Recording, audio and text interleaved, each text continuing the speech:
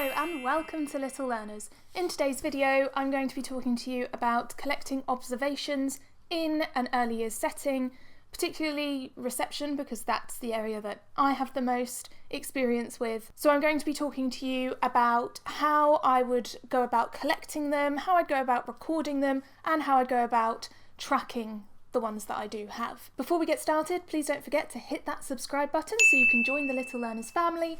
And don't forget to give this video a like if you enjoy it, as it really helps out the channel a lot. Okay, so I have experienced some different ways of collecting observations. So this was to do with the way that we recorded them and tracked them, and the way that we went about how we were going to collect them. So I'm going to kind of try and talk about this all as a whole, but we'll kind of jump between those three kind of aspects. So when I started teaching in my NQT year, the borough that I worked in did workshops throughout the year teaching you about teaching, and if you were new to early years, you had specific ones for that reason.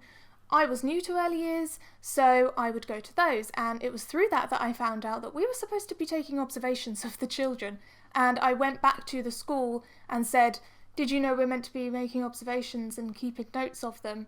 To which I was told that we used to have to do that, but now we didn't have to do it so much, and it was all kind of a bit up in the air about it, to be honest. And so I thought, just to be safe, I would do it. So I made profiles for all of the children, which obviously we had profiles for the children, but I made special observation folders for them, and I first of all started to just write down observations on like note paper and then kind of rewrite it in or stick it in. I would take photos of the children, but then if I had 7 children doing an activity in a photo, then I would have to print it 7 times and write out the observations 7 times and stick it into 7 individual folders.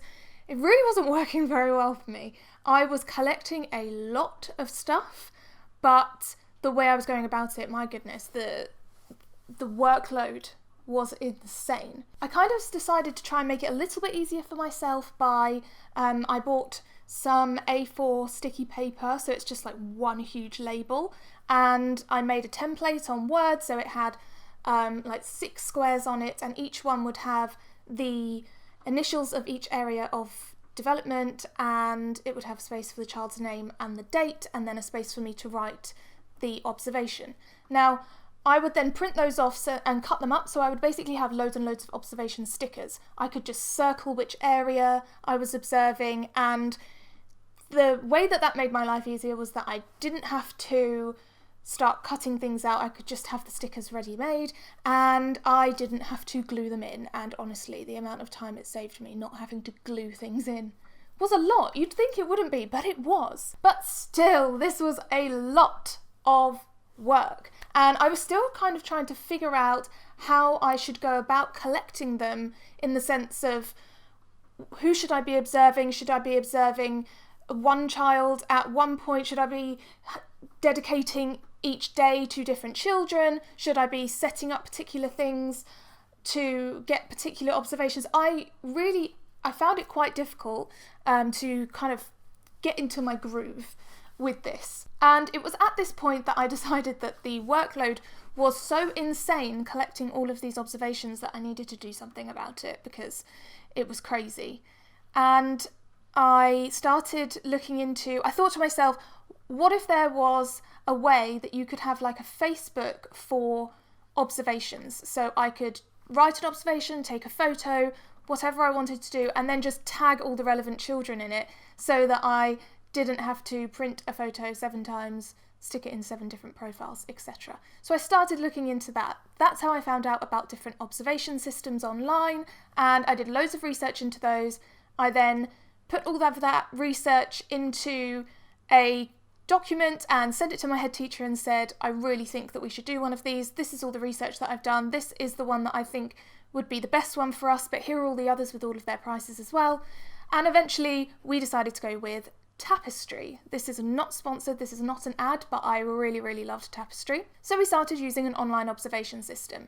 Obviously that in itself took some time for us to figure out exactly how we wanted to go about this, but it did make the workload a lot easier. At the time, we didn't have Wi-Fi in our school.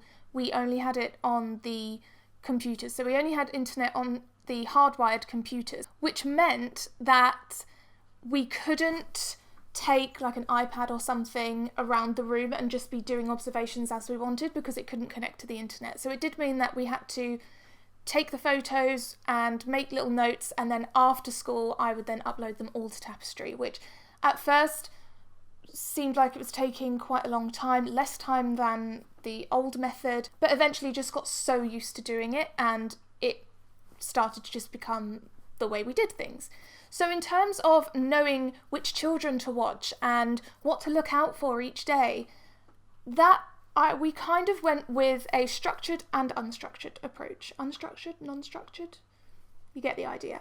So in our planning each week, and I know some of you do in the moment planning, so this won't be as relevant for you, but in our planning each week, we would have a particular activity that we would want to put on Tapestry for all of the children. So it would be an activity that we knew we would be able to get really good observations of the children.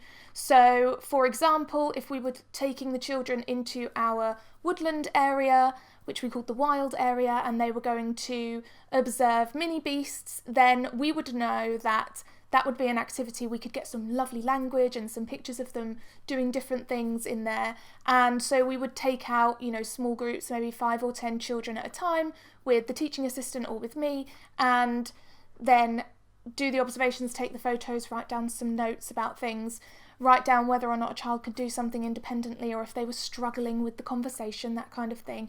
And then bring it all in, and later on I would upload it all to Tapestry. And it just meant that we would then have for example, an understanding the world observation for every child in the class. Of course, then we had the less structured approach, which was just write an observation when you see a child doing something. So we didn't want everything to be completely structured, because you want children to be having an independent learning experience as well. So obviously in the classroom we would have lots of different activities set up every day, and they would change during the day as well. And then we would use those to kind of think about what children might be doing. So we would have an arts table, and we would have a maths activity, and we would have a literacy activity, and we'd have lots of different areas all going on at once.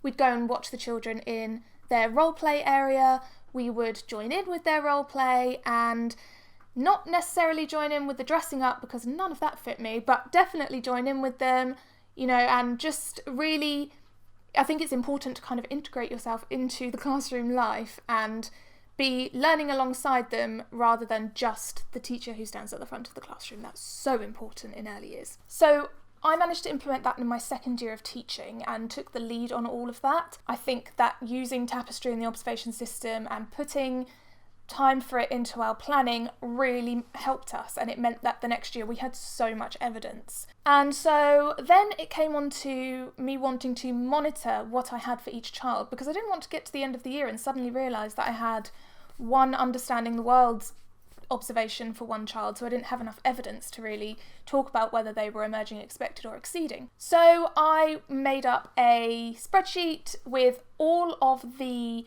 areas of development at the top and all of the children's names at the side. And whenever we got an observation for a child in a particular area, we would colour it in. So I would print out the spreadsheet and put it on our teacher TA board at the beginning of the week, and we would just go and colour them in whenever they had something. And we would aim to have them all filled up kind of by the end of the half term or the term, however long you want to give yourself for that.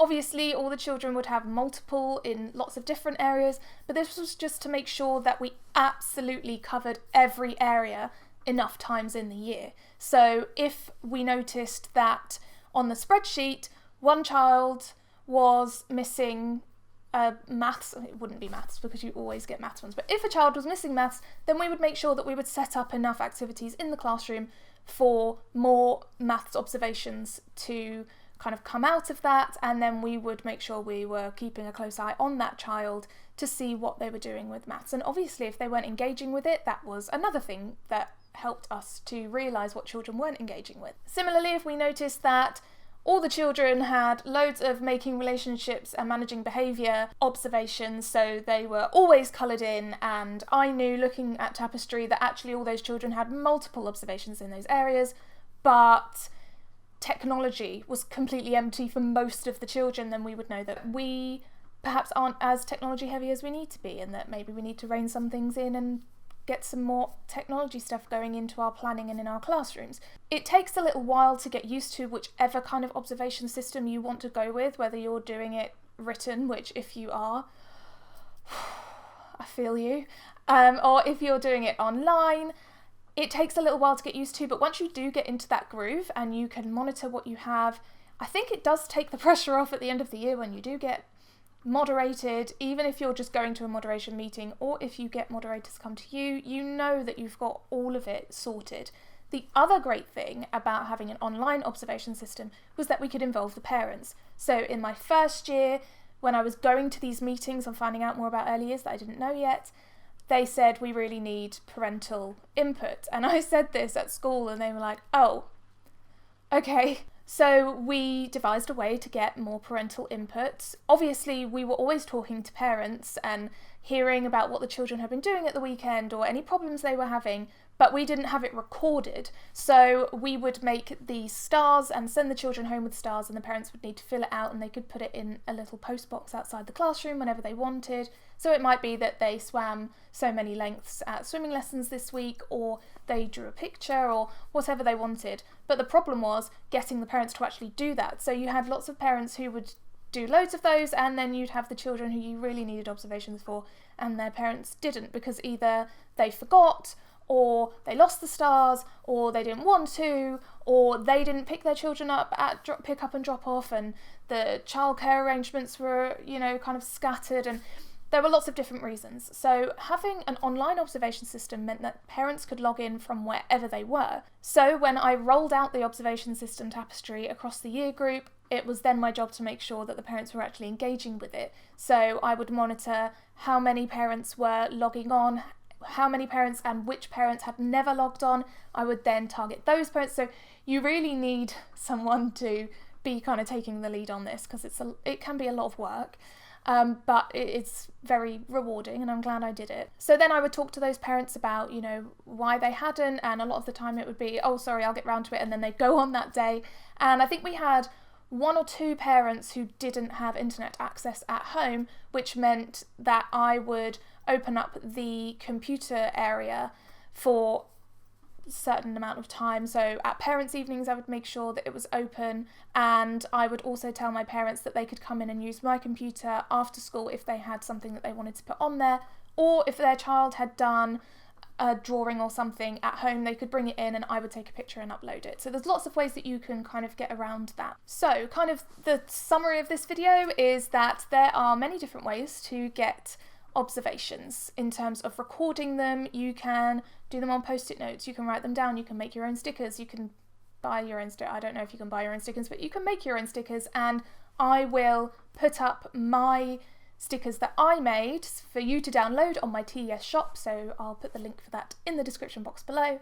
And you can also use an online system as well. You can put videos on there, you can put photos, you can assign the different areas of learning to them so that you can then monitor which areas of learning you have observations for and which ones you don't. You can have the parents get involved as well.